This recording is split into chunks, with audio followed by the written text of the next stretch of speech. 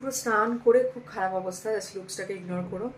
Just আমার রান্নাটা শেষ হলো এখন, করে গ্যাসটা মুছলাম, আবার ঝোলটা ঢালতে গিয়ে আবার গ্যাসের মধ্যে পড়ে গেল, মানে ডবল ডবল খাটনি।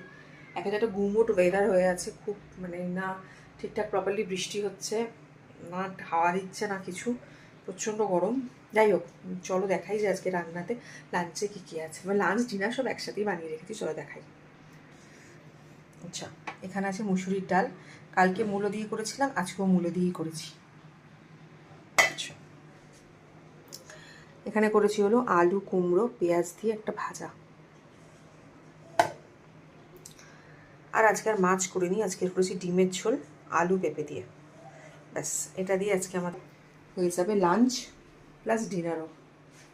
কারণ আজকে আমি এখানে দুবেলা করে রান্না করা আমার পক্ষে সম্ভব না, তো এটা দিয়ে আমাদের হয়ে যাবে সব কিছু। এখন আমি যাবো স্নান করতে, স্নান করে পুজো দেবো, দেন তারপর লাঞ্চ করবো।